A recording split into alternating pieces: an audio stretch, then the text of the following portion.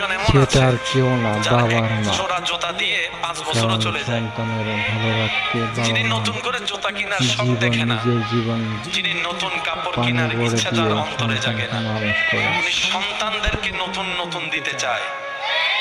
অনেক বাবারা আছেন ভিতরের জামাটার মধ্যে গেঞ্জিগুলো ফুটা ফুটা হয়ে গিয়েছে, কিনার তৌফিক থাকলেও কিনতে চায় না, বলে যে 2টা টাকাও যদি জমাতে পারি আমার ছেলে মেয়ের জন্য আমি কিছু ভালো করতে পারবো।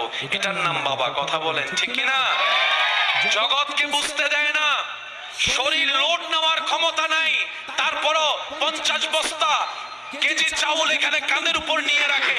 রোদের তাপ সহ্য হয় না, শরীর চলে না, তখন শরীর জবাব দিয়ে দেয়, তখন মন থেকে শরীরকে শোনায়, তুই যদি থেমে যাস ঘরে তো বাজার যাবে না, তুই যদি থেমে যাস বাসা ভাড়ার বিল তো দেওয়া হবে না, তুই যদি আজকে থেমে যাস সন্তানের মুখে তো খাবার যাবে না।